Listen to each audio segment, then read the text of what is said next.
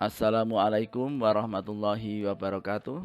Selamat datang pada mata pelajaran biologi. Kali ini kita akan mempelajari replikasi dan peranan virus.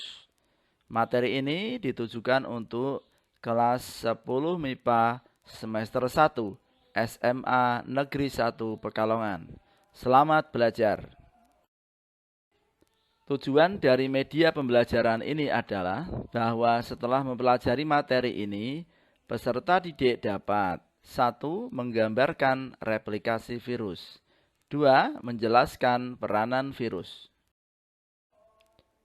Materi pembelajaran pada media ini adalah 1. Replikasi virus dan yang kedua adalah peranan virus. Replikasi virus adalah proses pembentukan dan perbanyakan komponen-komponen virus. Replikasi virus ini hanya bisa dilakukan oleh virus di dalam sel inang, karena virus adalah partikel aseluler atau bukan sel. Artinya, virus tidak punya struktur metabolisme seperti yang dimiliki oleh sel untuk membuat komponen virus, yaitu materi genetik dan selubung protein atau kapsid.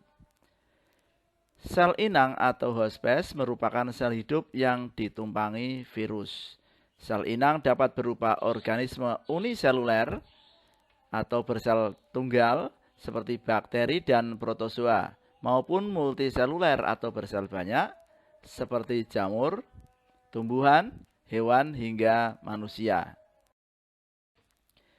Replikasi virus. Proses reproduksi virus disebut dengan istilah replikasi virus. Proses replikasi virus dapat diamati pada bakteriofag atau phage, yaitu virus yang menyerang bakteri Escherichia coli. Virus yang menyerang tumbuhan, hewan, dan manusia mempunyai cara replikasi yang hampir sama.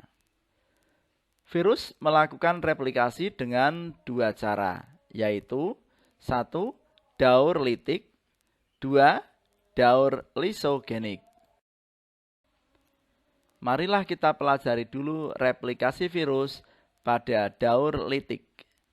Pada daur litik ini terdapat banyak tahap-tahap atau fase-fase replikasi virus. Tahap pertama adalah tahap adsorpsi. Pada tahap ini, ekor virus mulai menempel di dinding sel bakteri. Virus hanya menempel pada dinding sel yang mengandung protein khusus yang bisa ditempeli protein virus. Setelah menempel, virus akan mengeluarkan enzim lisosim yang dapat menghancurkan atau membuat lubang pada sel inang.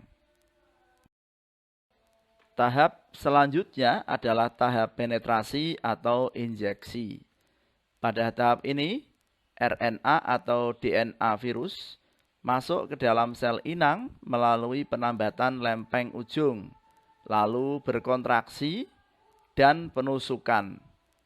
Bagian tubuh virus yang masuk ke dalam sel inang hanyalah asam nukleatnya saja, sedangkan bagian kapsid tetap berada di luar dinding sel dan akan terlepas dengan sendirinya setelah tidak berguna lagi.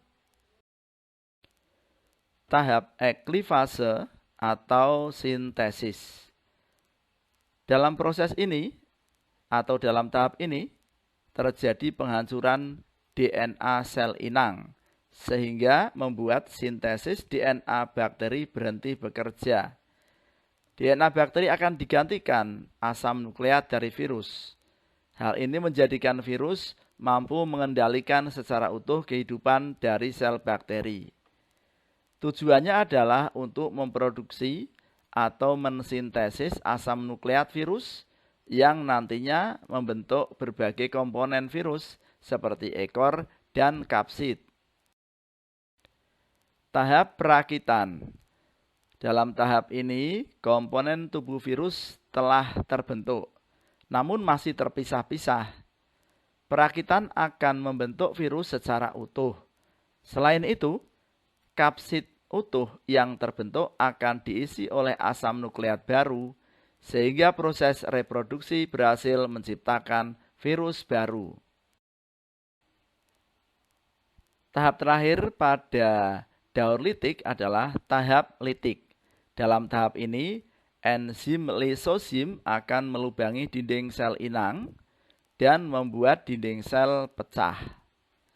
Pecahnya dinding sel kemudian diikuti oleh pelepasan virus-virus baru yang telah siap melakukan replikasi ulang dengan menemukan sel inang baru. Sekarang kita mempelajari daur lisogenik pada replikasi virus. Pada daur ini tidak jauh beda dengan daur litik, namun ada beberapa perbedaan. Mari kita mulai dengan mempelajari tahap yang pertama, yaitu tahap adsorpsi dan tahap injeksi. Meskipun sebenarnya tahap ini bisa dipisah, tetapi saya tuliskan secara bersamaan karena intinya adalah sama seperti pada daur litik. Pada tahap adsorpsi dan tahap injeksi, pada siklus lisogenik sama seperti tahap adsorpsi dan injeksi pada daur litik. Tahap selanjutnya adalah tahap penggabungan. Pada tahap ini, bakteri dalam keadaan imun tinggi atau kuat, sehingga DNA virus belum bisa mengambil alih kendali sel bakteri. DNA virus yang masuk ke dalam tubuh bakteri tersebut melakukan penggabungan antara DNA virus dan DNA bakteri, sehingga membentuk profag. Berikutnya adalah tahap pembelahan. Ketika bakteri melakukan pembelahan, maka DNA bakteri juga melakukan pembelahan dan profag juga melakukan replikasi. Sehingga terbentuk dua anak sel bakteri yang mengandung profag tersebut. Demikian seterusnya. Jadi jumlah profag sama dengan jumlah sel bakteri inangnya. Tahap berikutnya adalah tahap sintesis. Pada kondisi lingkungan tertentu di mana imun bakteri turun, maka profag menjadi aktif. Profag bisa saja memisahkan diri dengan DNA bakteri dan merusak DNA bakteri tersebut. Kemudian menggantikan peran DNA bakteri dengan DNA virus untuk sintesis protein yang berfungsi sebagai kapsid bagi virus-virus baru dan replikasi DNA. Berikutnya, tahap perakitan. Pada tahap ini terjadi perakitan kapsid-kapsid virus yang utuh sebagai selubung virus. Setelah kapsid virus utuh diisi dengan DNA hasil replikasi, maka terbentuklah virus-virus baru. Pada tahap litik, dinding sel bakteri akan pecah dan virus baru berhamburan keluar. Virus baru ini selanjutnya akan menyerang bakteri yang lain. Demikian nanti akan terjadi daur litik dan lisogenik selanjutnya. Perhatikan daur litik dan lisogenik pada gambar berikut. Pada gambar tersebut menunjukkan bahwa sebenarnya daur litik dan lisogenik itu berlangsung bisa bersamaan, bisa bergantian, tergantung kondisi bakteri yang terinfeksi. Apabila bakteri dalam keadaan tidak imun, maka prosesnya akan langsung berubah menjadi daur litik.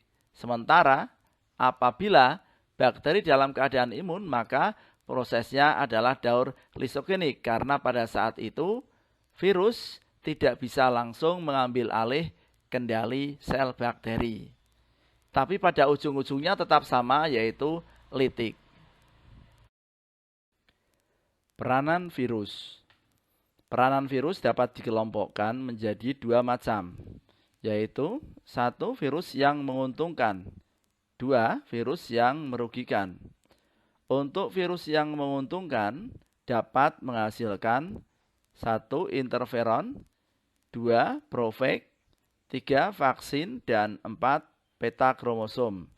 Sedangkan virus yang merugikan pada umumnya dapat menyebabkan penyakit pada manusia, hewan, tumbuhan, dan mikroorganisme.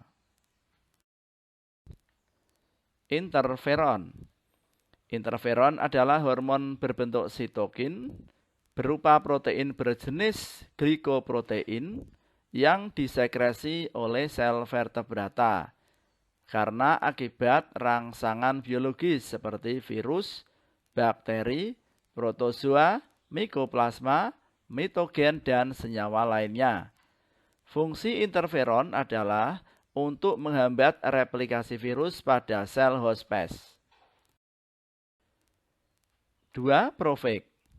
Profek dapat digunakan untuk mengubah fenotip bakteri sehingga bermanfaat dalam bidang kedokteran. Contohnya adalah rekayasa genetika, di mana DNA virus digabungkan dengan DNA manusia yang menghasilkan antigen. Dengan demikian, maka dihasilkan bakteri yang memiliki sifat mampu menghasilkan antigen seperti sel manusia. 3. Vaksin. Vaksin adalah virus yang telah dilemahkan sehingga tidak berbahaya bagi tubuh. Pemberian vaksin ke dalam tubuh manusia akan membuat tubuh manusia menghasilkan antibodi terhadap patogen yang kemungkinan akan menyerang tubuh. Sehingga ketika bakteri tersebut benar-benar muncul dan hendak menyerang, tubuh sudah memiliki benteng atau kekebalan terhadap patogen tersebut. Macam vaksin, contohnya adalah vaksin MMR yang berfungsi untuk mencegah penyakit cacar air, gondong, dan campak Jerman. Yang berikutnya adalah vaksin OPV, berfungsi sebagai pencegah penyakit polio. Berikutnya adalah vaksin VZV atau VZIG yang berfungsi mencegah penyakit cacar air. Berikutnya adalah HBV yang berfungsi sebagai pencegah penyakit kuning atau hepatitis.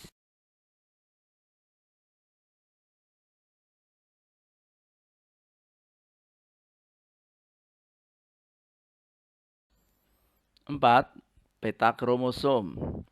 Virus dapat digunakan untuk membuat peta kromosom yang penting dalam dunia kedokteran. Aplikasi ini telah digunakan pada bakteriofag untuk mengenal dan mengidentifikasi bakteri patogen.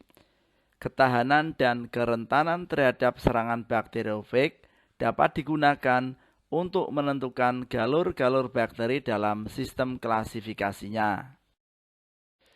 Berikut ini adalah daftar beberapa virus yang menyerang hewan. Yang pertama ada paramyxovirus yang menyebabkan penyakit saraf pada ternak unggas. 2. Coxsackie virus merupakan penyebab penyakit kulit pada hewan pemamah biak. Berikutnya, bovine papillomavirus ini menyebabkan penyakit kutil pada sapi. Yang keempat adalah rhabdovirus, menyebabkan penyakit rabies pada anjing dan kera. Kucing juga bisa ini ya. Berikutnya adalah Rous sarcomavirus, ini menyebabkan kanker pada ayam. Yang keenam, orthopoxvirus, menyebabkan cacar pada sapi. Yang ketujuh, NCD virus, menyebabkan penyakit tetelo atau NCD pada ayam. Dan masih banyak yang lainnya.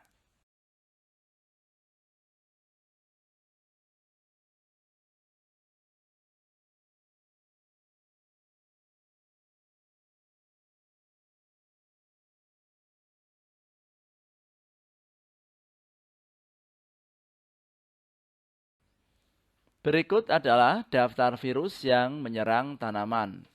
1.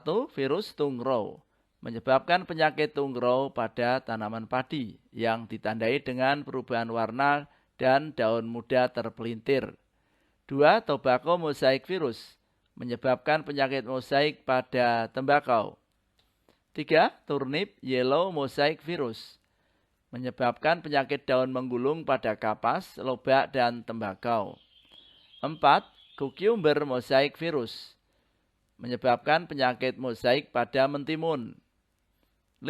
Citrus leprosis virus menyerang buah jeruk yang menyebabkan buah jeruk tersebut menjadi rusak dan dipenuhi bercak gelap.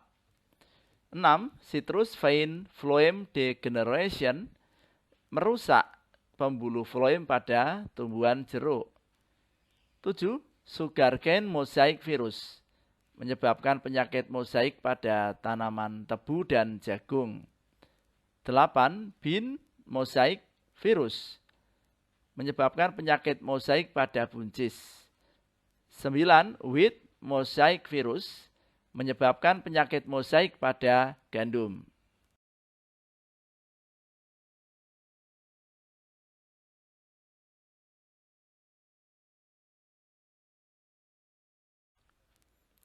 Berikut ini adalah beberapa virus yang menyebabkan penyakit pada manusia.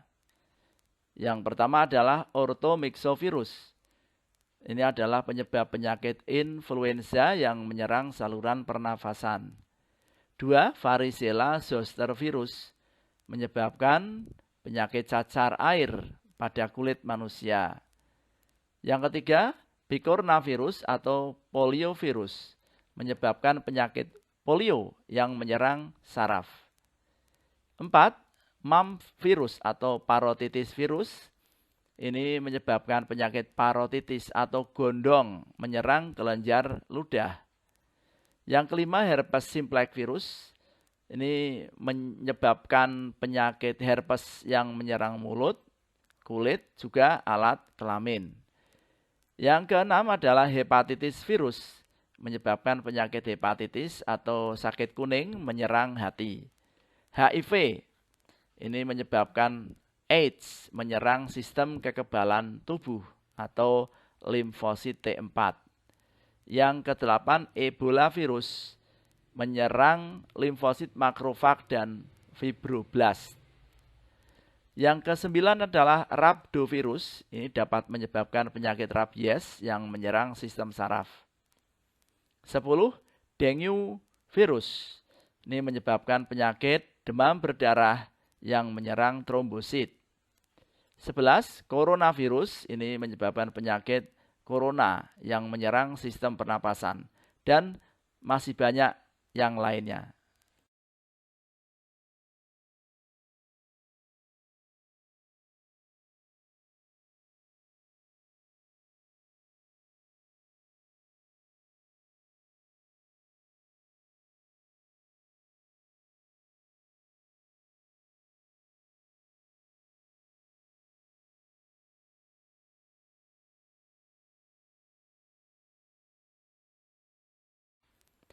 Demikianlah media pembelajaran ini.